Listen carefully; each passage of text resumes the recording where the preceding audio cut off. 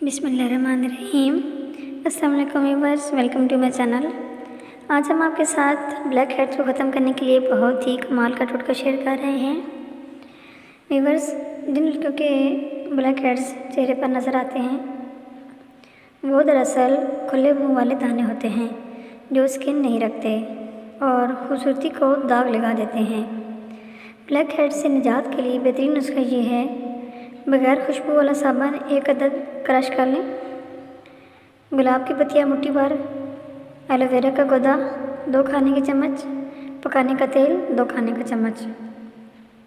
इन तमाम अज्जा को बर्तन में डालकर हल्की आंच पर पकाएं और चम्मच की मदद से हिलाते रहें। जब सब चीज़ें मिक्स हो जाएं तो चूल्हे से उतार लें और 72 घंटों के लिए फ्रिज में ठंडा होने के लिए रख दें।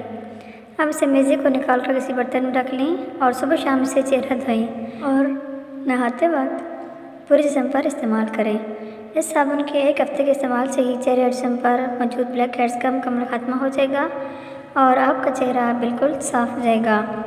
नाज़रीन किराम, मज़ीद आप किस तरह की वीडियो देखना चाहते हैं कमेंट में ज़रूर बताइएगा और प्लीज़ वीडियो को लाइक और सब्सक्राइब करना मत भूलिएगा ताकि मेरी डेली की टिप्स आप तक आसानी पहुँच सके। Thanks for watching. अल्लाह हाफिज़।